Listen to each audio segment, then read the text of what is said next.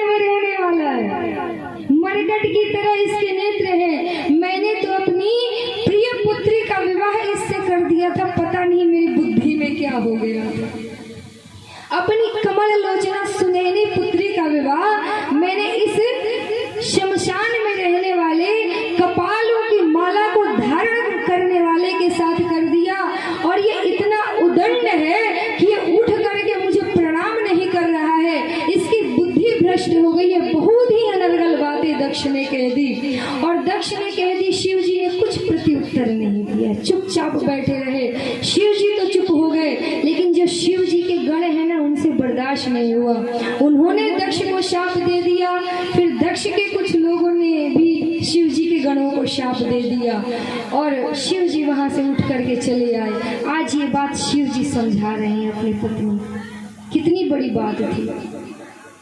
कह रहे हैं कि देवी नहीं जाइए, कहती है कि महादेव मेरे पिताजी हैं, वो भूल गए होंगे बातों को, इतना दिन थोड़ी ना कोई याद रखता है। और महादेव शास्त्र कहता है, कितने प्रेम से सती जी कह रही हैं कि महादेव शास्त्र कहता है ना कि गुरु के यहाँ, माता पिता के यहाँ, कि बड़े लोग जो पूजनीय हो ना, उनके यहाँ ऐसे ही चला जाना चाहिए, न्योते की जरूरत नहीं होती है। शिव जी कहते हैं कि देवी माना कि पूजनीय जो माता पिता और गुरु हैं, इनके यहाँ ऐसे ही चले जाना चाहिए, बिना न्योते के चले जाना चाहिए। लेकिन तदपि विरोध मान जहाँ कोई, तहाँ गए कल्याण न हो। माना कि हमारे गुरु जी हैं, हमारे माता पिता ही हैं, लेकिन अगर किसी कारणवश वो हमसे विरोध कर रहे हैं, हमारा आना उन्हें पसंद नहीं है, तो वहाँ नहीं जाना चाहिए। शिव जी कह रहे हैं कि देवी आपका वहाँ जाना उचित नहीं है। कहा भी गया है कि आवत ही हर से नहीं, नैनन नहीं शनिए, तुलसी नहान जाइए, चाहे कंचन बरसे में, चाहे सोने की बारिश ही क्यों न हो रही हो, वहां नहीं जाना चाहिए। क्या पता एक सोना लेने जाए वो लोग गर्दन ही उतार दे। बहुत प्रकार से शिव जी मनाए, पर सती जी कहते हैं कि जब विधाता विपरीत होता है तो अच्छी बातें समझ में नहीं आती हैं। पहली बार भी शिव जी ने मनाया था, परीक्षा मत लो, परीक्षा मत लो, फिर भी गई थी परीक्षा लेने। आज शिव जी फिर कह रहे हैं कि पिता के यहाँ मत जाओ। कहती है कि हमारे महादेव हमारे पिताजी से बैर करवा रहे हैं, मैं क्यों ना जाऊं। जब बहुत बार शिव जी मनाते हैं और सती जी की ये दशा देखते हैं ना कि पिता के यहाँ ना जाएंगे तो वैसे भी मर जाएंगे, तो अपने मुख्य गुणों को साथ में दे करके, जो भी सती जी को प्रिय चीज थी, कमल का फूल, खेलने की गेंद, जो भी प्रिय से प्रिय वस्तुएं थी ना, सो साथ में दे करके अच्छे से विमान में बैठा करके अपने गणों को साथ में भेज करके कहते हैं कि देवी जाइए। कहते हैं कि जैसे ही सती जी पहुंचती हैं अपने पिता के यहाँ, सो क्या देखती है कि ऐसे तो जब पुत्री जाए अपने घर में तो गली मोहल्ले के पहचान के लोग ही कहते हैं आ गई जल्दी घर आ। पर दक्ष त्रास का होना सम्मानी, दक्ष के भय के कारण किसी ने उनका सम्मान नहीं किया। सब लोग उन्हें देख करके मुंह फेर लेते थे। और जो बहनें थी वो बहनें कैसे मिलती हैं, व्यंग्यता भरे शब्दों में उनसे बातें करती हैं। इस संसार में कोई किसी का नहीं होता है। जब आपके पास सब कुछ है ना तो सब आपको पूछेंगे। कहा भी गया है कि दुनिया कहे मैं दो रंगी, पल में पलटी जाऊं, और जो सुख में सुखी रहे वाको दुखी बनाऊं। जो सुख में इतराता है ना, अरे हम तो बड़े सुखी हैं, 2 मिनट में दुखी हो जाएंगे। दक्ष के त्रास के कारण कोई उनसे नहीं मिलता है।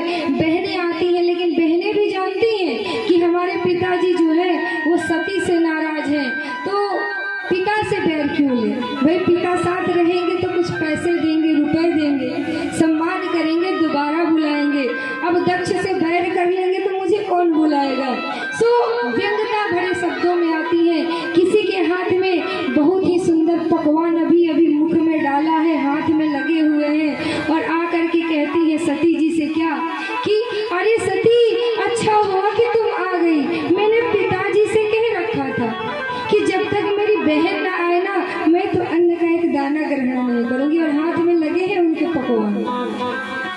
एक आती है बहुत अच्छे से सज धज के, बहुत अच्छे से गहने पहन के, और व्यंग्यता भरे शब्दों में क्या कहती है कि सती अच्छा हुआ तुम आ गई। मैंने तो कह दिया था पिताजी से कि मेरी बहन ना आए ना, तो मैं तो कोई अच्छे कपड़े नहीं पहनूंगी, मैं तो खुश ही नहीं रहूंगी, मैं तो चली जाऊंगी यहाँ से। ये कपट है, कभी जीवन में कपट नहीं करना चाहिए। सती जी के मन को बड़ा दुख पहुंचता है कि हमारी बहनें ही हमसे वैर कर रही हैं। तो आगे बढ़ती है, आगे उनकी माता मिलती है। संसार में एक माँ होती है जो कि निस्वार्थ भाव से आपसे प्रेम करती है। चाहे सादर भला है मिली एक माता, भगनी मिली बहुत मुस्काता। माता जो है वो प्रेम से मिल करके आई है और प्रेम से आकर के सती जी को गले लगाती है। गले लगा के कहती है, पुत्री चलो जलपान तो कर लो। सती जी कहती है, अभी बहनों का स्वभाव तो देख ली है, मुस्कुराते हुए व्यंग्यता भरे शब्द बोल रही है। सो कहती है सती जी की, नहीं माँ, पहले मैं यज्ञ मंडप देख करके आती हूँ, पहले मैं जा करके देख के आती हूँ कि यज्ञ कैसा है, यज्ञ भवन कैसा बना हुआ है। जैसे ही सती जी जाती है तो क्या देखती है कि सारे देवताओं को स्थान दिया गया है, सब लोगों का बराबर वहाँ पे स्थान है, पर हमारे भोलेनाथ का तो स्थान ही नहीं है। हमारे भोलेनाथ तो यहाँ पे है ही नहीं, उनकी कोई भाग ही नहीं है यहाँ पे। सो सती जी मन में इतनी दुखी होती है, इतनी पीड़ित होती है मन ही मन। कहती है कि ये जो दुख है ना, ये शिव जी ने जो मेरा परित्याग किया था उससे महा बड़ा दुख है। शिव जी ने परित्याग किया था, मैं सह गई, लेकिन आज मेरे भोलेनाथ का अपमान हुआ है, पूरे समाज के सामने मेरे शिव जी का अपमान हुआ है। ये मुझसे सहन नहीं होगा। कल को जब मैं यहाँ से जाऊंगी शिव जी के पास और हमारे भोलेनाथ हमें दाक्षायणी कह के बुलाएंगे। दाक्षायणी मतलब दक्ष की पुत्री। तो कहती है कि कल को जब हमारे महादेव हमें दाक्षायणी कह के बुलाएंगे तो उस समय मुझ पे क्या बीतेगी कि मेरे ही पिता ने मेरे पति का अपराध किया है। सो क्रोध के कारण सती जी के होठ फड़फड़ाने लगते हैं और क्रोध भरे शब्दों में कहती हैं कि सुनहु सभासद सकल मुनिंदा। हे सभासदों, हे मुनियों, सुनो, कही सुनी जिन्हें शंकर नंदा। जिन्होंने भी हमारे भोलेनाथ का अपमान किया है, जिन्होंने भी उनके बारे में उल्टे शब्द कहे हैं, जिन्होंने भी उनका स्थान न मिलने के बाद भी यहाँ पे आए हैं। अरे तुम्हें पता नहीं है कि जिस जगह पे शिव जी का स्थान न हो वो जगह अशुद्ध हो जाता है। देखिए शिव जी जो है ना, वो शमशान में भी जाते हैं तो शमशान भी पवित्र हो जाता है। और जिस स्थान पे शिव जी का नाम ही है शिव, यानी कि कल्याण, शिव का अर्थ ही होता है कल्याण। और कहती है देवताओं से, मुनियों से जो यहाँ पे गए हुए होते हैं कि तुम्हें पता है कि शिव का मतलब ही कल्याण होता है, तो शिव जी से वैर करके तुम कौन सा कल्याण करते हो। सो कहती है कि सुफल तुरंत लहब सबका, सबको फल मिलेगा और भली भांति पछताव पिता हो। तुम लोग तो फल भोगोगे ही, जो मेरे पिताजी यहाँ पे बैठे हैं ना, वो भी भली भांति इसका फल भोगेंगे। सो क्रोध में आकर सती जी जा करके योग अग्नि के द्वारा अपने शरीर को जला करके भस्म कर देती है और शरीर जैसे ही उनका भस्म हो जाता है, ये समाचार त्रिलोकी में फैल जाता है।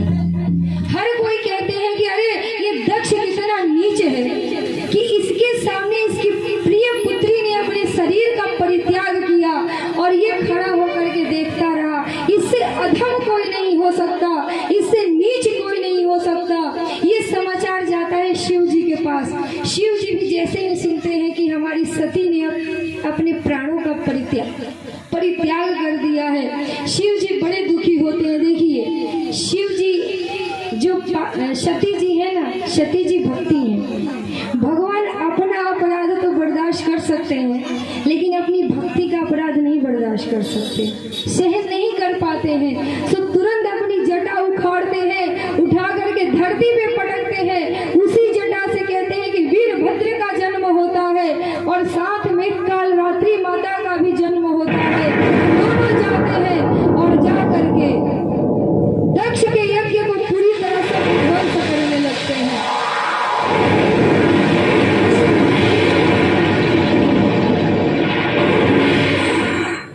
दक्ष के यज्ञ मंडप में जितने खंभे होते हैं सबको उखाड़ उखाड़ के फेंकने लगते हैं। फिर कहते हैं कुछ जाते हैं जहाँ पे भोजन बन रहा होता है, पाकशाला रहती है, कुछ जाते हैं सारी की सारी भोजन सामग्री को नीचे पटक देते हैं। कुछ जाते हैं जो ब्राह्मण बैठे रहते हैं यहाँ यज्ञ में, उन ब्राह्मणों को कहते हैं कि अरे तुम लोग यहाँ आकर के क्या कर रहे हो, शिव जी का स्थान नहीं है और तुम यहाँ कल्याण चाहते हो, सब भागो यहाँ से। सबको भगाने लगते हैं। भगाते भगाते जाते हैं कहाँ, दक्ष के यहाँ। दक्ष के यहाँ जाते हैं तो पिछले समय जो अपराध किया था ना शिव जी को, तो दक्ष जब बोलता था तो वहाँ पे एक थे जो दाढ़ी हिला रहे थे, उनकी दाढ़ी कबाड़ के फेंक दी। जिसके जो दांत दिखा के हंस रहे थे उनके दांत तोड़ दिए, जो मुंह बढ़ा रहे थे उनका मुख तोड़ दिया। और दक्ष जो गर्दन हिला रहा था उसके दक्ष के गर्दन को काट के फेंक देते हैं।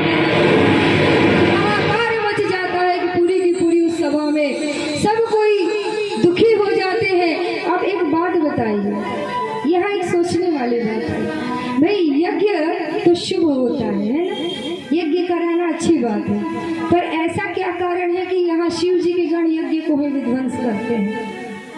कारण ये है जो यज्ञ है वो कल्याण के लिए करी जाए, जो दूसरे के कल्याण की भावना से करी जाए ना, वो यज्ञ सफल करवाना चाहिए। लेकिन जिस यज्ञ में किसी से द्वेष करके, किसी को नीचा दिखा करके, किसी के विरोध में अगर कोई अच्छा व्यक्ति है उसे नीचा दिखाने के लिए, जैसे मारण मंत्र, ये सभी तो यज्ञ ही एक तरह के होते हैं। तो कहा गया है कि जो दूसरे को कष्ट पहुंचाने के लिए यज्ञ हो रहे हैं उसे विध्वंस करने में ही भलाई है। और कहा भी गया है, यहाँ प्राण त्यागने से पहले सती जी एक और बात कहती हैं कि संत शंभु श्रीपति अपमाना, जहाँ भी संत का, भगवान श्री हरि का, शंभु का अपमान हो रहा है वो सब लोग ध्यान से सुनिएगा। जहाँ भी शिव जी का, श्री हरि का अपमान हो रहा हो, संत का अपमान हो रहा हो, वहाँ अगर आप में सामर्थ्य है ना, अगर आप में शक्ति है तो अपमान करने वाले की जिह्वा काट दो, और शक्ति नहीं है तो दोनों कानों में उंगली डालो और वहां से होकर के निकल जाओ। ऐसे शास्त्र में मर्यादा है, ऐसा करना चाहिए। और यहाँ पे शिव जी का अपमान हुआ था, जो लोग साथ में थे इसका फल भोग लिए अच्छे से भली भांति। किसी के दांत टूटे, किसी का सर फूटा, किसी के हाथ टूटे, सब करा रहे हैं। अब सब कराते हुए कहते हैं कि दुष्ट को बुद्धि तब आती है ना जब उसे दंड दिया जाए। जानवर ऐसे सही रास्ते पे नहीं जाता है, जानवर के पीछे जब डंडा लेके हाको तो सही रास्ते पे जाता है। और अच्छा व्यक्ति एक अच्छे इशारे से समझ जाता है। कहते हैं कि जो ये दक्ष के लोग थे ना, इतने दुष्ट हो गए थे कि शिव जी ने सबको दंड दे दिया, सबकी अकल ठिकाने आ गई। अब अकल ठिकाने आ गई तो कहते हैं कि शिव जी की आराधना करनी चाहिए। जब शिव जी की आराधना करेंगे हमारे भोलेनाथ को प्रसन्न करेंगे, जब शिव जी प्रसन्न होंगे तो हमारा कल्याण करेंगे। दक्ष के साथ जितने लोग थे सब देवता लोग शिव जी के पास हाथ जोड़ते हैं और उनकी बहुत ही सुंदर सी स्तुति करते हैं। और नहीं कोई और नहीं, भोलेनाथ से निराला, शंभुनाथ से निराला, कोई और नहीं।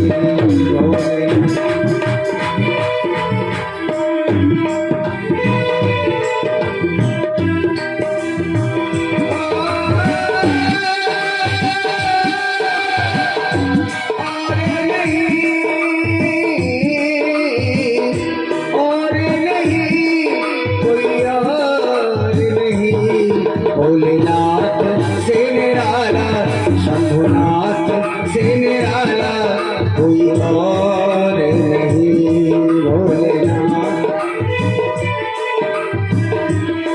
बोलेंगे नमः शिवाय नमः शिवाय नमः शिवाय। देखिए ओम नहीं बोलना, ओम और क्लीम ये दो शब्द माइक से नहीं बोले जा सकते, तो इसमें मंत्रोच्चारण लग जाता है। फिर डायरेक्ट नमः शिवाय बोले, ओ नमः शिवाय नमः शिवाय नमः शिवाय नमः।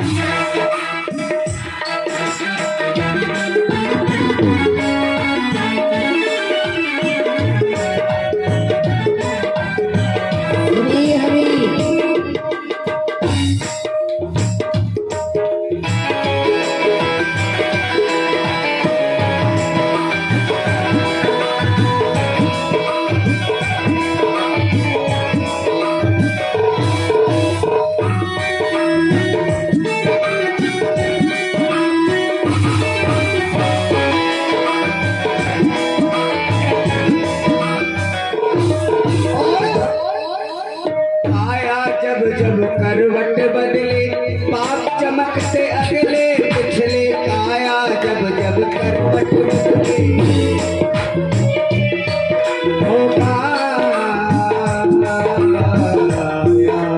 काया जब जब करवट बदले पाप चमकते अगले पिछले, काया जब जब करवट बदले पाप चमकते अगले पिछले।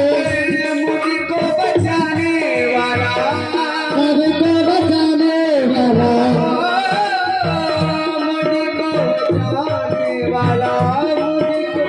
बचाने वाला और नहीं, भोलेनाथ शेरे राना कोई शंभुनाथ शेरे वाला कोई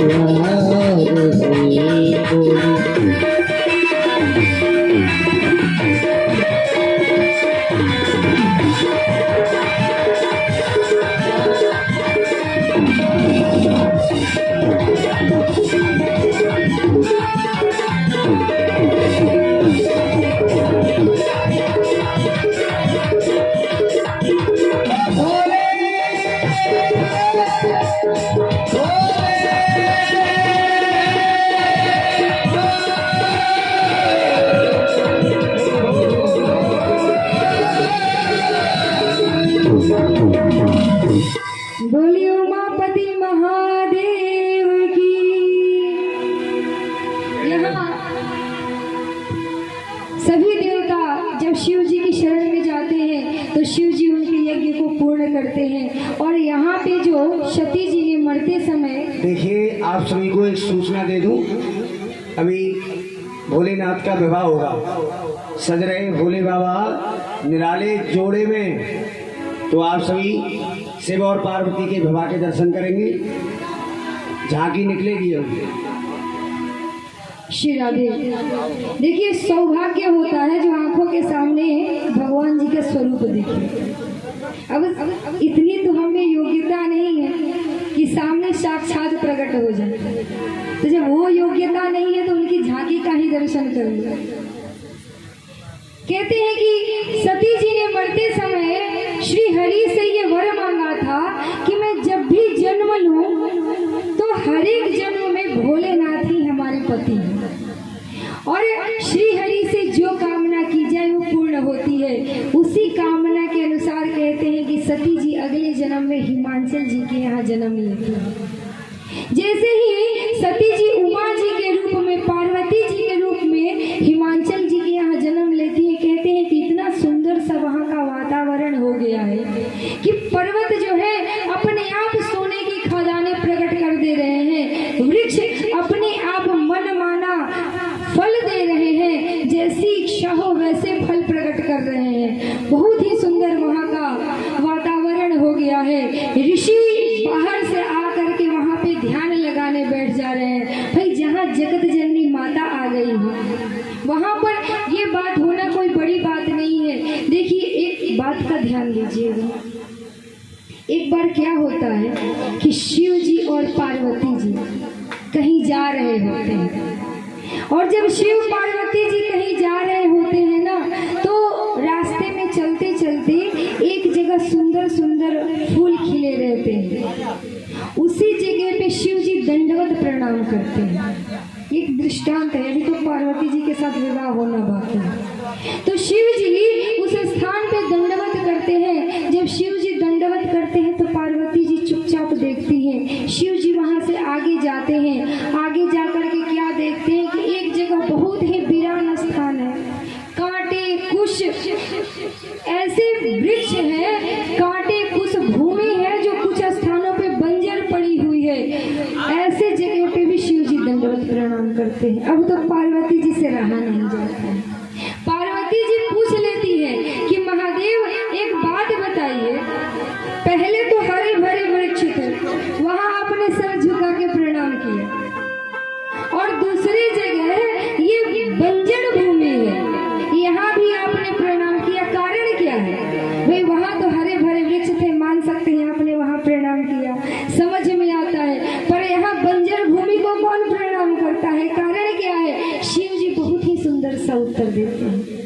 शिव जी कहते हैं कि देवी सुनो, जहाँ पे हरा भरा स्थान था ना, वहाँ बहुत ही सुंदर से भक्त का जन्म हुआ था, और भक्त के जन्म के कारण वो भूमि उत्साहित हो गई थी। और भूमि उत्साहित होती है तो कैसे होती है? खुद को सजा लेती है। अब हम लोग जब श्रृंगार करते हैं तो नए नए वस्त्र पहनते हैं, काजल लगाते हैं, विभिन्न प्रकार के जो प्रोडक्ट्स होते हैं ब्रांडेड वो लगा के जाते हैं। माताओं को तो अच्छे से पता होगा, कई तरह के ब्रांड आते हैं। सो अच्छे अच्छे जो होते हैं ना कॉस्मेटिक्स, सो लगा करके जाएंगे, मतलब खुद को सजाएंगे। पर भूमि खुद को कैसे सजाए? तो जो धरती माता है ना, अपने पे सुंदर सुंदर वृक्षों को उगाती है, सुंदर सुंदर पुष्पों को उगाती है, और सुंदर सी भूमि पे हरियाली छा जाती है, कहीं नदी झरने प्रकट हो जाते हैं। पृथ्वी का तो श्रृंगार यही है। सो पृथ्वी ऐसे सज करके उत्साह मनाती है। कहते हैं कि देवी वहाँ पे किसी भक्त का जन्म हुआ था, तो वहाँ भूमि ऐसे सजी हुई थी, और यहाँ जो बंजर भूमि है ना, यहाँ पे एक और भक्त का जन्म होने वाला है। तो उस भक्त के जन्म होने वाला है, इस कारण मैंने इस भूमि को प्रणाम किया। कहा गया है कि दारा सुत पापी के घर होए, अगर कोई पापी भी हो ना, उसके भी घर में सुंदर सी पत्नी होती है, उसके अभी कोई कुरूप पत्नी नहीं होती है। जो गलत से गलत काम करता है, कहते हैं वहां भी पत्नी सुंदर मिल जाएगी, वहां भी एक पुत्र मिल जाएगा। दारा सुत पापी के घर हो, लेकिन एक भक्त जो होता है वो सबके घर में नहीं होता। वो जब कई जन्म के पुण्य एकत्रित होते हैं तब घर में एक भक्त बालक या बालिका का जन्म होता है। और जो भक्त बालक बालिका होती है ना, अपने 21 पीढ़ियों को तारते हैं। आपको ये जानकारी है? 21 पीढ़ियां कौन कौन सी है जानते हैं? किन्हें पता है 21 पीढ़ियां कौन कौन है? कहते हैं 7 जो है ना वो अपने माता के कुल के, 7 अपने पिता के कुल के, और 7 जो हमारे आने वाले वंश के हैं उसके, वो 7 को। ऐसे 21 पीढ़ियां तर जाती हैं। तो वही बात तुलसीदास जी ने कही है कि दारा से तो पापी के घर होए, एक सुंदर पत्नी और एक पुत्र तो पापी भी प्राप्त कर लेता है, कि जानवर भी प्राप्त कर लेता है। इसमें कौन सी बड़ी बात है? भाई बड़ी बात तो तब है जबकि आपके घर में एक भक्त हो।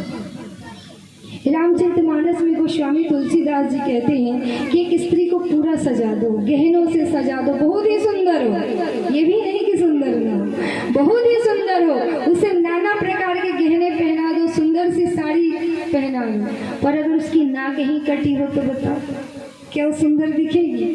नहीं दिखेगी। तो इसीलिए कहा गया है कि चाहे कितना भी सुंदर हो पर नाक ना हो ना, तो उसकी सुंदरता जैसे कुछ नहीं रहती है, वैसे ही राम जी के भजन के बिना इंसान कितना भी धनवान हो, वैभववान हो, संतानवान हो, उसकी ये किसी चीज के काम की नहीं रहती। बोलिए सियावर रामचंद्र भगवान की जय। यहाँ पार्वती जी के जन्म पे कहते हैं कि हर एक तरफ उत्साह हो रहा है, उल्लास हो रहा है, और जैसे ही ये बात पता चलती है कि पार्वती जी का जन्म होने वाला है, जन्म हो चुका है, सो नारद मुनि अपनी वीणा से नारायण नारायण का उच्चारण करते हुए आते हैं, कहते हैं श्रीमन नारायण नारायण नारायण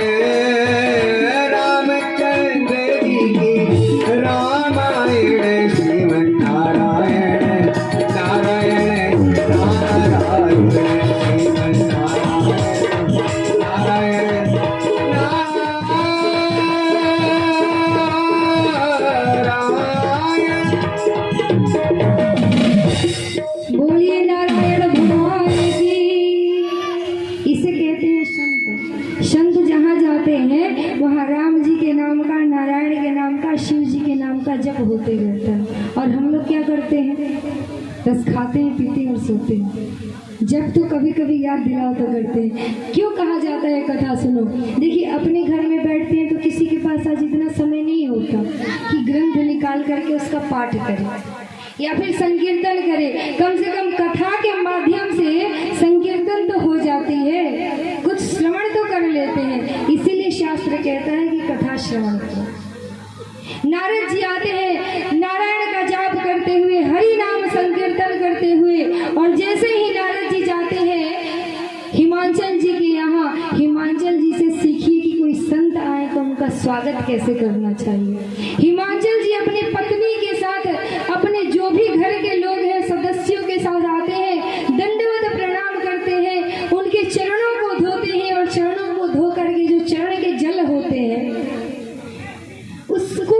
घर में छिड़कते हैं, पान करते हैं, और उसके बाद नारद जी के सामने क्या करते हैं कि जो अभी अभी सुंदर सी हमारी पार्वती जी का जन्म हुआ है, सो अपनी पुत्री को उठा करके नारद जी के सामने रखते हैं और कहते हैं कि हे मुनि श्रेष्ठ, आप इस कन्या के गुण और दोष बताइए। देखिए, कन्या का जब जन्म होता है ना, तो माता पिता को एक चिंता हो जाती है, भाई बेटा है तो अपने घर में रह लेगा, पर पुत्री है, पुत्री के जन्म के बाद बहुत सारी चिंताएं होती हैं, कहाँ जाएगी, कैसे भाग्य होंगे, कैसे लोग मिलेंगे, कैसे जीवन बीतेगा। ये पीड़ा माता पिता को तब तक होती है जब तक कि अपनी पुत्री को सुखी नहीं देख सकते।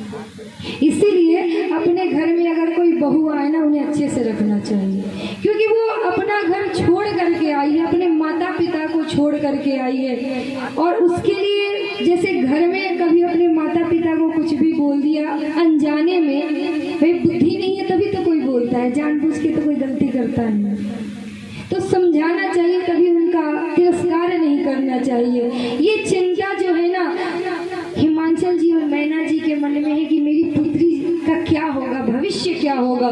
सो अपनी पुत्री को संत जी के चरणों में ले जाते हैं और ले जाके कहते हैं कि कहो हो सुता के दोष गुण, मुनिवर हृदय विचार, हे मुनि श्रेष्ठ, हमारी कन्या के दोष और गुण विचार के कहिए, ऐसे नहीं कि कुछ भी बोल दीजिए, देख के समझ के बताइए। अब नारद जी जब देखते हैं कन्या को तो कहते हैं कि भैया आपकी कन्या कोई सामान्य कन्या नहीं है, अरे आपकी कन्या तो अम्बा, जगदम्बिका, भवानी, कितने सारे नाम हैं आपकी कन्या के, और ये तो जगत की माता है जो आपके घर में आकर के जन्म ली है। लेकिन कन्या तो आपकी सब लक्षण संपन्न कुमारी, सारे लक्षण संपन्न है, एक दो कमी है। अब जैसे ही सुनते हैं एक दो कमी है, कहते हैं कौन सी कमी? कहते हैं देखिए गुण तो सारे हैं, सब कुछ है इनके पास में, कमी ये है कि इनका जो पति होगा ना, वो पति कैसा होगा? वो पति जो है अगुण होगा, अमान होगा, वो दिगंबर होगा, कोई वस्त्र धारण नहीं करेगा, वो माला कपालों की धारण करने वाला होगा, वो भीख मांग के खाने वाला होगा, उसका घर द्वार भी नहीं होगा। अब कोई माता पिता सुन ले कि हमारी बेटी को जो दूल्हा है इतना सुंदर सुशील मिलेगा, तो माता पिता क्या करेंगे? कहेंगे भाई ऐसे वर से विवाह नहीं कराना, भले हमारी कन्या कुंवारी रह जाए, अपने घर में रख लेंगे। जैसे ही ये बात सुनती है वैसे ही कहते हैं कि मैना जी के हृदय को बहुत बड़ा धक्का लगता है।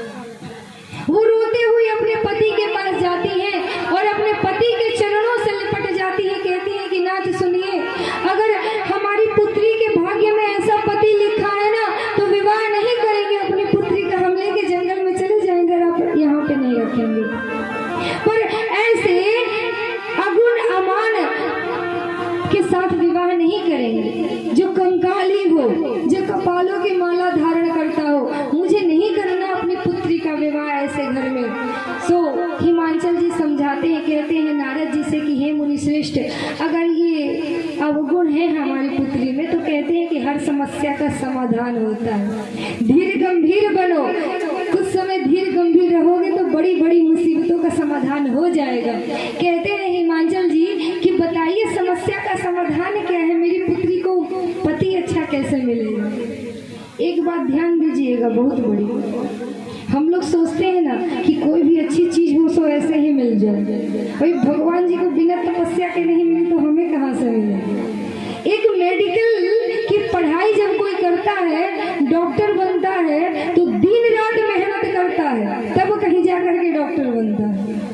IAS बनता है तो दिन रात मेहनत करके बनता है, तो बिना तपस्या के कोई कार्य सफल नहीं होगा। यही बात आज नारद जी समझा रहे हैं। नारद जी कह रहे हैं कि सुनो, जो तप करे कुमारी तुम्हारी, अगर आपकी कुमारी तप करे तो भावियों मेट सकहि त्रिपुरारी, जिसके माथे पे रेखाएं है ना, वो उल्टी रेखाएं तुरंत मिट जाएंगी। सो आपके लिए सही यही होगा कि आप अपनी पुत्री को कहो कि जा करके तपस्या करे, भगवान का ध्यान करे, ये जीवन में उतारिए। कभी भी संकट हो ना तो विकल मत हो जाइए। शिव जी को भी एक बार समय आया ना अपनी पत्नी का परित्याग करना, करना पड़ा। क्या रोए थे? नहीं रोए थे, तपस्या करने लगे थे अपने इष्ट का। आज हिमाचल जी को भी पता चला कि जो मेरी परम प्रिय सुकुमार पुत्री है, इसका पति ऐसा जंगल में रहने वाला, शमशान में रहने वाला, भीख मांग के खाने वाला होगा। तो फिर भी प्रेम से पूछते हैं और तप करने के बाद सुनते हैं तो अपनी पुत्री को कहते हैं, अभी पुत्री तो छोटी सी है, अपनी पत्नी से कहते हैं कि आप अपनी पुत्री को यही शिक्षा दीजिएगा जब बड़ी हो कि तप करे। अब माता अपनी पुत्री को कह सकती है कि तुम मुझसे दूर जाओ और जंगल में तप करो, कभी नहीं कह सकती। जैसे ही पार्वती जी थोड़ी बड़ी होती है, पार्वती जी को तो भाई पता है कि हमारे पति शंकर जी ही होने वाले हैं। देखिए पहले का जो जमाना था, पहले के जमाने में माता पिता दूल्हा चुनते थे कि इसके साथ विवाह होगा।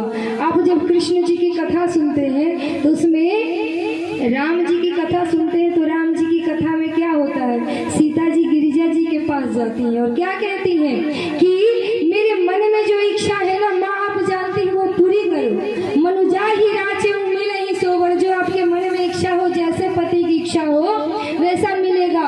तो वो मन की इच्छा बताती नहीं है, बस कहती है कि मेरी कामना आप जानने वाली है।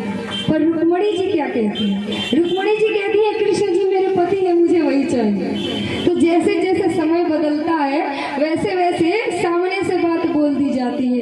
कलयुग की बात आ गई तो कलयुग में तो कहा गया कि वे कन्याएं अपने आप अपना वर पसंद करेंगे। अब यहाँ पे पार्वती जी समझ गई कि मेरी माता तो मुझे तपस्या करने की शिक्षा नहीं देगी। सो प्रेम से अपनी माता के पास जाती हैं और अपनी माता से कहती है कि माँ सुनो, आज मैंने एक सपना देखा है। कहती है कौन सा सपना? ओ शिव सन्यासी से,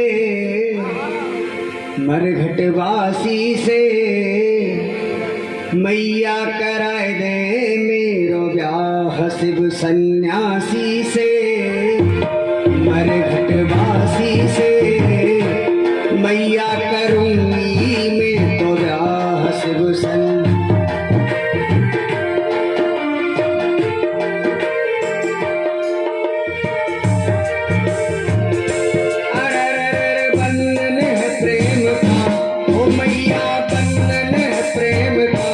शिव सन्यासी से, मरघटवासी से, मैया करूंगी ब्याह।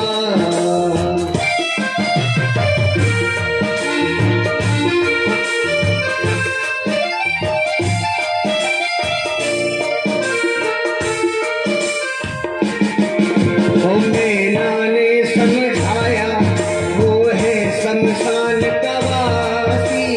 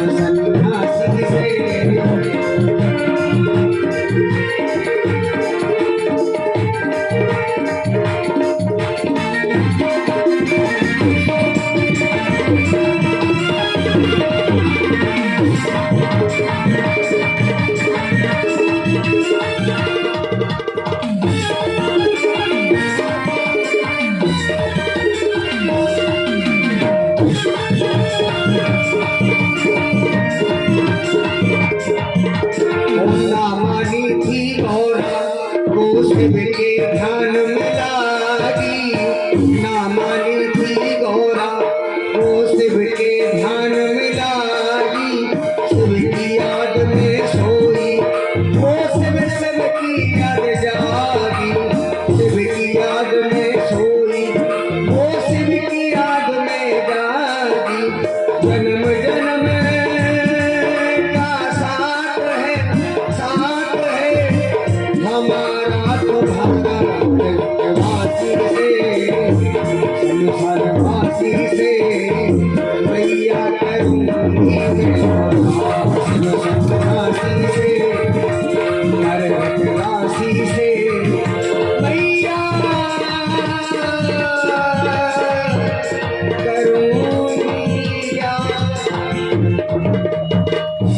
एक बात बताइए, शिव जी का पार्वती जी से विवाह हो, इसमें आप लोगों को खुशी नहीं हो रही?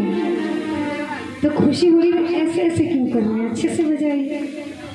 तो कहते हैं कि पार्वती जी अपनी माता से कहती है कि माँ, मेरे सपने में ना एक ब्राह्मण आए थे और ब्राह्मण ने मुझे तप करने की बात बताई है, तो मैं शिव जी से ही विवाह करूंगी, इसलिए मैं तप करने जाऊंगी। और पार्वती जी कहते हैं कि पार्वती जी का जो शरीर है ना, बहुत ही सुकोमल सा शरीर है। जिनके राजमहल में जब पार्वती जी चलती थी तो पुष्पों के पराग बिछाए जाते थे, कभी उन्होंने जंगल के काट कुछ नहीं देखे। आज वो कह रही हैं कि मैं जाऊंगी तप करने जंगल में। उनकी माँ कहती है कि पुत्री, तुम जंगल में कैसे जाओगी? कहती है कि माँ, मुझे तो जाना है, क्योंकि आज एक विप्र ने मुझे सपने में उपदेश करा। माता पिता की आज्ञा लेकर के पार्वती जी आज जंगल में जाती हैं और बड़ी ही कठिन तपस्या करती हैं। कहा गया है कि संवत सहस्र मूल फल खाए, संवत सहस्र मूल फल खाए, साग खाई 7 वर्ष गवाए। कंद मूल खा करके हजारों वर्ष गवाए, हजारों वर्ष उन्होंने कंद मूल खा करके बिताए। उसके बाद फिर पत्ते खाए, कुछ दिनों बाद उन्होंने पत्ते खाना भी छोड़ दिया, तो उनका एक नाम अपर्णा पड़ा। दुर्गा सप्तशती में कहते हैं ना, अपर्णा नहीं गवर्णा चाहिए, तो एक अपर्णा नाम पड़ा उनका। और कहते हैं कि जब उनकी ये कठिन तपस्या देखी गई ना, तो वहाँ शिव जी को बताया गया। समय बहुत कम है और कथा बहुत ही लंबी है, ऐसे करेंगे तो समय ज़्यादा हो जाएगा। और आपके यहाँ का नियम है कि 10:30 बजे के बाद माइक बंद हो। अच्छा, एक बात बताइए, आपके यहाँ 12 बजे शिव जी प्रकट हो जाए और कोई कहे कि बाहर निकलना नहीं है, बाहर 12 बजे के बाद कोई निकल नहीं सकता, तो निकलिएगा या घर में रहिएगा? कैसे? दरवाजे तोड़ के। बताइए, शिव जी का विवाह हो रहा है, यहाँ पे है कि 10 बजे के बाद निकल। भैया को सबसे ज़्यादा तकलीफ हो रही है, कह रहे जल्दी बंद करो, मुझे नींद आ रही है। शिवा दे अब जाती है तपस्या करने, बड़ी ही कठिन तपस्या करती है। जब ये कठिन तपस्या करती है, वहाँ पे राम जी प्रकट होते हैं शिव जी के पास। पार्वती जी की तो कथा आपने सुन ली, और शिव जी की कथा सुनिए। जब से सती जी ने अपने प्राणों का परित्याग करा है, हमारे भोलेनाथ कैलाश छोड़ दिए हैं। कहीं जहाँ संतों की कथा होती है, वहीं बैठ करके कथा श्रवण करते हैं। वहाँ से जहाँ जहाँ कथा होती है, वहाँ वहाँ चलते रहते हैं। जहाँ दिन वहीं रात, कोई चिंता नहीं। ऐसे हमारे भोले भंडारी हैं, ध्यान में मग्न हो गए हैं। कहते हैं इसी समय राम जी प्रकट होते हैं, उन्हें कहते हैं कि जा करके आप पार्वती जी से विवाह कर लीजिए, क्योंकि उन्होंने आपके लिए तप करा है। शिव जी जैसे ही देखते हैं, भाई कथा तो जल्दी जल्दी बढ़ानी पड़ेगी। शिव जी कहते हैं, जैसे ही ये बात सुनते हैं ना, शिव जी मन में तो प्रसन्न होते हैं, पर सोचते हैं बिना परीक्षा लिए कैसे विवाह करना। देखना तो पड़ेगा ना कि हमसे कितना प्रेम करती हैं। बाहरी स्वरूप देखकर विवाह थोड़े किया जाता है। सो शिव जी अपने मुख्य लोग जो है सप्तऋषि लोगों को भेजते हैं कि जा करके पता करके आओ कि सच में प्रेम करती हैं क्या मुझसे। सो सप्तऋषि लोग जाते हैं और जा करके क्या देखते हैं कि पार्वती जी कैसी बैठी है, तो मूर्ति मंत्र तपस्या जैसे साक्षात तपस्या ही शरीर धारण करके बैठा हो, ऐसे हमारी पार्वती जी बैठी हैं। अब पार्वती जी से तो परीक्षा लेनी है भाई, कितना प्रेम है उनका। तो कहते हैं, पूछते हैं कि कहीं अवराध हो का तुम चाहो, अहो देवी यहाँ पे किसके लिए बैठी हो, किसकी आराधना कर रही हो? शरीर से तो आप किसी राजा की पुत्री लगती हो, सुकुमार हो, पर जंगल में वर किस, यहाँ तप किसके लिए कर रही हो? क्या चाहती हो? सत्य सत्य बताओ। सो कहती हैं, पार्वती जी कहती है कि हे मुनियों, हमारा स्वभाव तो देखिए ना, जैसे चींटी सुमेरु पर्वत को उठाना चाहती है। थोड़े आप आगे से बताएं, थोड़े। जैसे चींटी सुमेरु पर्वत को उठाना चाहती हो, ऐसे में ऐसी इच्छा से तप कर रही हूँ। कहते हैं कौन सी इच्छा? तो पार्वती जी बड़े प्रेम से कहती है कि हे मुनि श्रेष्ठ, मैं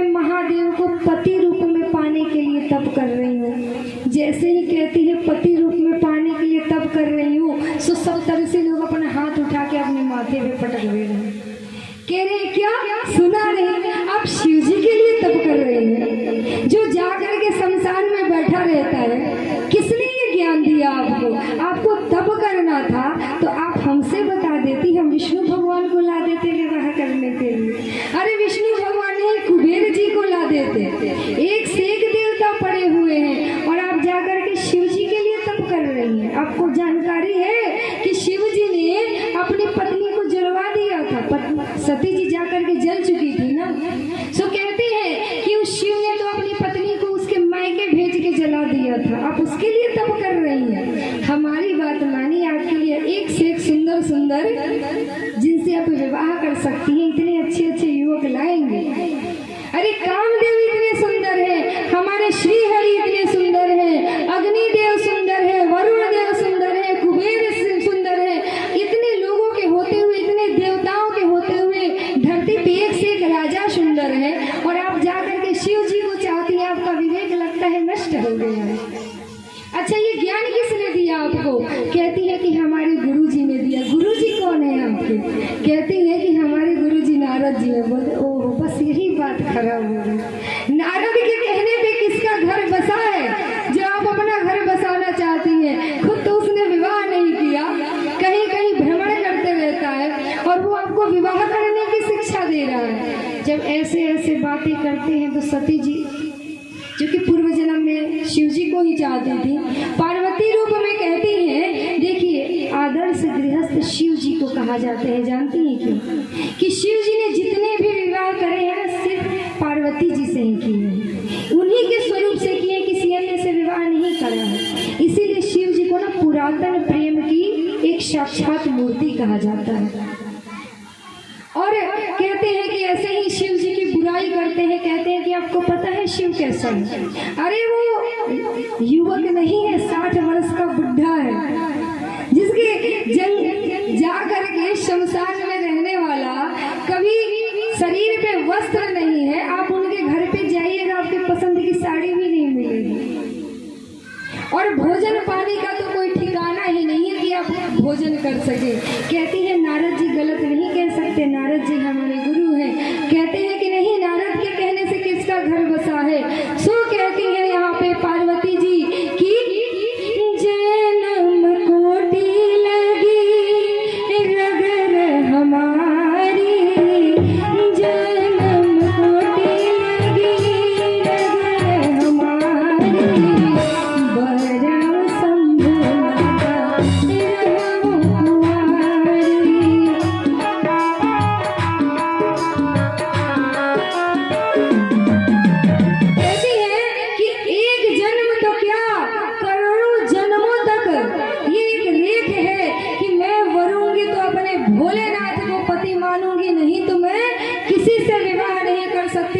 और हे मुनियों, अगर आपको विवाह करने का इतना ही शौक है ना, इतनी ही इच्छा है विवाह कराने की, तो वर कन्या अनेक जगमाही, मैं ही नहीं हूँ। संसार में बहुत सारी कन्याएं हैं, बहुत सारे वर हैं, जाकर के विवाह करा दीजिए।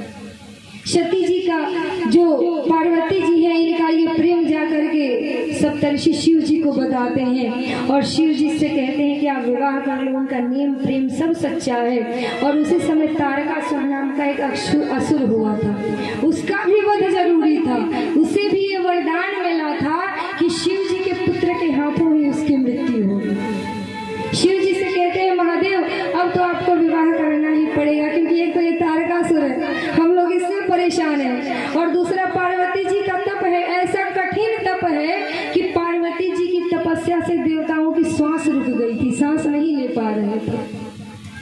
जानते हैं, जब किसी के यहाँ भक्त बालक जन्म लेता है ना, तो देवता लोग डरने लगते हैं कि कहीं ये कोई बहुत बड़ा तपस्वी ना हो जाए, तपस्वी होकर के मेरा इंद्रासन न हथिया ले, मेरा राज्य न हड़प ले।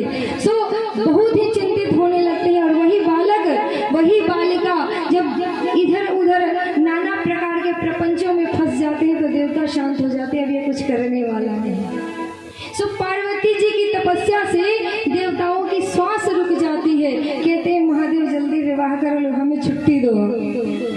शिव जी कहते हैं भाई विवाह कैसे हो, मेरे लिए न सजने के कपड़े हैं न कुछ है। हिमाचल जी को बताते हैं। हिमाचल जी तो शादी की तैयारी शुरू हो जाती है उनके यहाँ। सो बांस कटवाते हैं, हरे हरे बांसों को काटा जाता है, बांस की कटाई होती है और मटकोड़ जो भी होते हैं सब कुछ हो रहे हैं यहाँ हिमाचल जी के यहाँ। शिव जी के यहाँ के देखते हैं तो इनके यहाँ कुछ नहीं है। शिव जी ऐसे ही भभूति रमाए बैठे हुए हैं। देवता लोग कहते हैं कि काहे महादेव जी ऐसे सज के जाइए, तो कहते हैं कि क्या करूं, कैसे सजूं? तो शिव जी को सजाने के लिए कहते हैं भूत प्रेत आते हैं और भूत प्रेत बोलते हैं भूत प्रेत कहाँ से अच्छे प्रोडक्ट्स लाए। तो भूत प्रेत कहते हैं महादेव एक काम करते हैं, दूल्हा शादी के समय पाउडर लगाता है तो ये भभूति अच्छे से लगा लो, पूरा मुंह पे पोत देते हैं। जो शमशान की राख होती है उससे अच्छी क्वालिटी की कोई पाउडर नहीं हो सकती। जो शिव जी पे पाउडर लपेट दिया गया भभूत का, अब कपड़े कहाँ से पहने? सो जिस मृगछाल पे बैठे हुए थे, अब मृगछाल कई जमाने से ऐसे ही कड़ा पड़ा है बिछा बिछा, अब उसे मोड़ेंगे तो मुड़ाए कैसे? सो एक सांप को लपेट के उनकी कमर में बांध देते हैं। सांपों के ही सिर पे आभूषण बनाते हैं, सांपों के ही हाथ में नाना प्रकार के आभूषण बनाते हैं, कुंडल कंकण सब सांप के कहते हैं हमारे गोस्वामी जी। शिव ही शंभु घन करहि श्रृंगारा,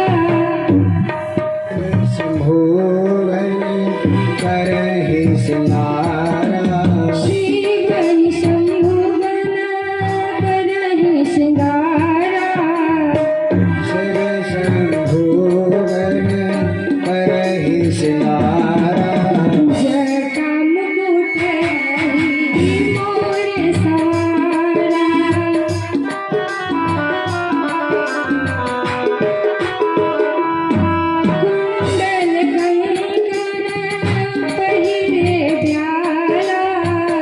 कुंडल कंकण पहिरे ब्याला, कुंडल कंकण पहिरे ब्याला, कुंडल कंकण पहिरे ब्याला, तन विभूति पट के हरि छाला, विभूति पर हर छाला। श्री राधे। तो इधर घुमा दीजिए। अब कहते हैं कि शिव जी का ऐसा श्रृंगार हुआ। सोचिए शिव जी के अंग प्रत्यंग में सांप ही सांप बैठे हुए हैं, सर से लेकर के कमर से लेकर के हाथ से लेकर के सब में सांप है। अब इतने सारे सांपों को देख करके, इतने सारे सांप हैं, उसी समुदाय में कहते हैं देवता लोग आ रहे हैं। उन देवताओं में विष्णु भगवान भी रहते हैं। और विष्णु भगवान का वाहन कौन है? गरुड़ जी। कौन है? गरुड़ जी। और गरुड़ और सर्प में होती है दुश्मनी बहुत बड़ी।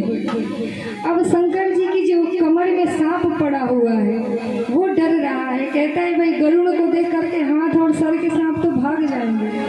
एक बात बताइए, जब यहाँ पे कैलाश में शिव जी थे तो उन्हें वो पहनाए गए थे मृगछाल, लेकिन जब वो हिमाचल जी के यहाँ गए हैं तो क्या कहलाया जा रहा है कि नगन जटिल भयंकर।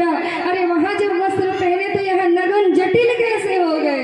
कारण ये है कि जैसे ही गरुड़ जी को देखते हैं ना तो हाथ के सांप तो सोचते हैं कि हम पे तो शिव जी की दृष्टि है, हम बच जाएंगे। अब शिव जी नीचे थोड़े देखेंगे जो कमर का बचेगा, सब कमर का जो सांप है धीरे से खसक जाता है। और कमर का सर्प खसका सो मृगछाल ऊपर की खसकी, और खसकी तो शिव जी बोलिए श्यावर रामचंद्र भगवान की।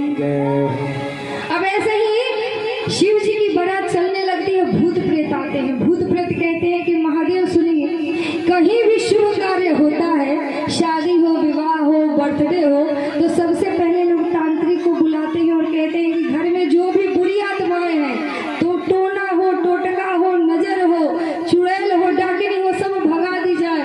तो महादेव हम भूत प्रेतों को ना कोई विवाह देखने का सौभाग्य नहीं मिला है। सो महादेव आपसे ये विनती है कि हमें विवाह देखने का अवसर मिला जाए। शिव जी के जो ये भूत प्रेत है ना, शिव जी को आशुतोष कहा गया। ओ दूल्हा बन कर के शंकर चले जिस घर घर हिमाचल के आना गजब हो गया, दूल्हा बन करके शंकर चले दूल्हा बन करके शंकर चले जिस घर हिमाचल के आना गजब हो गया।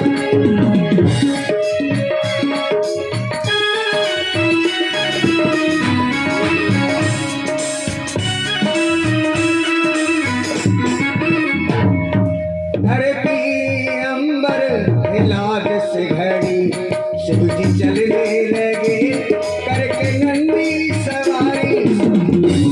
बोलो भोलेनाथ की।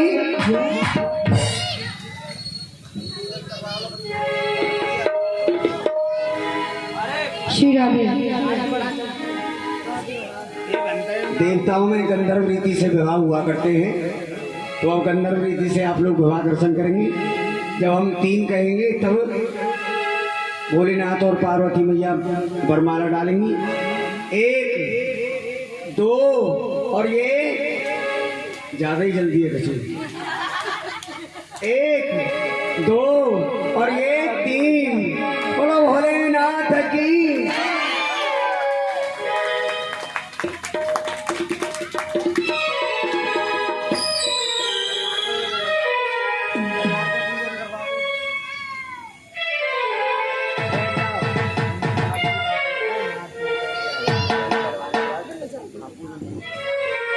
ओ निराले जाने में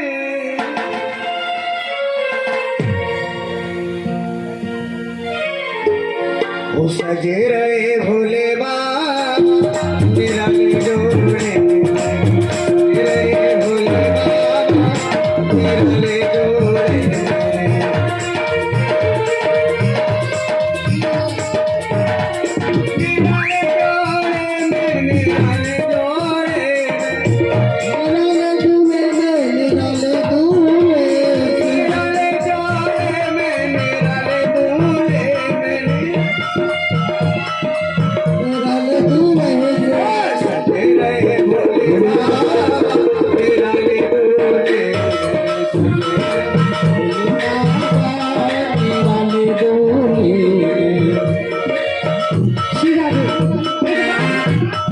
एक बात बताइए, आपके घर में जब किसी का विवाह होता है तो ऐसे ही काट के देखते हैं? कैसे देखते हैं भाई? अपने घर में जैसा विवाह होता है, सोचिए यहाँ जगत पिता महादेव का विवाह हो रहा है, सो प्रेम से उनके विवाह का आनंद उठाइए।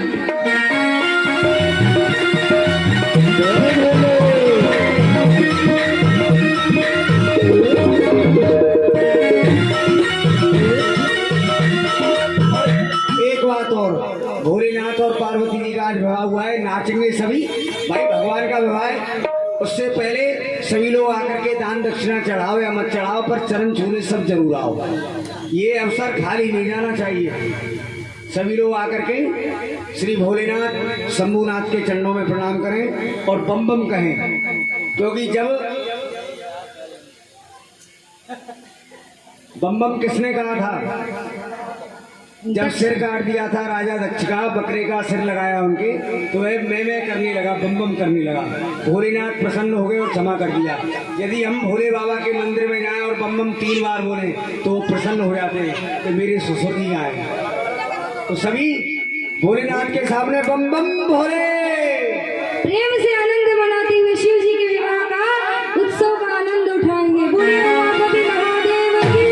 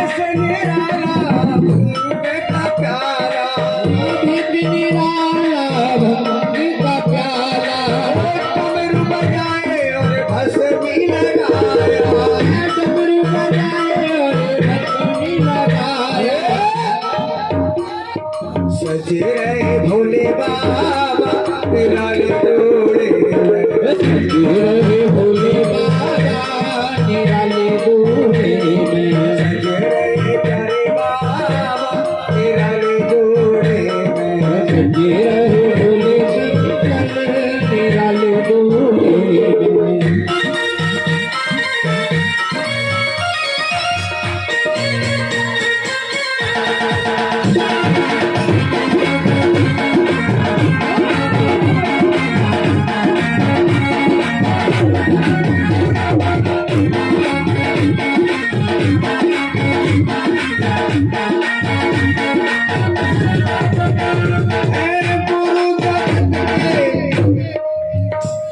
वो शंकर आले बेले गुरु जगत के वो शंकर अलबेले भांग का जंगल खेतों में हो राम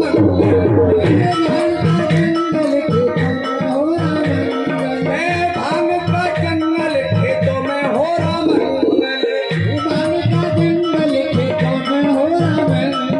सजे रहे भोले बाबा तेरा जोड़े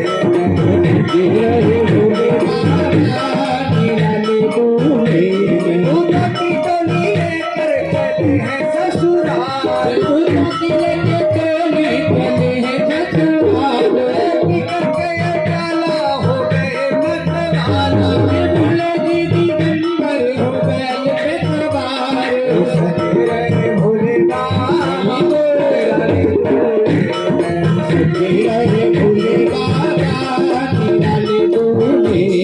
सजे रहे भोले बाबा तेरा जोड़े में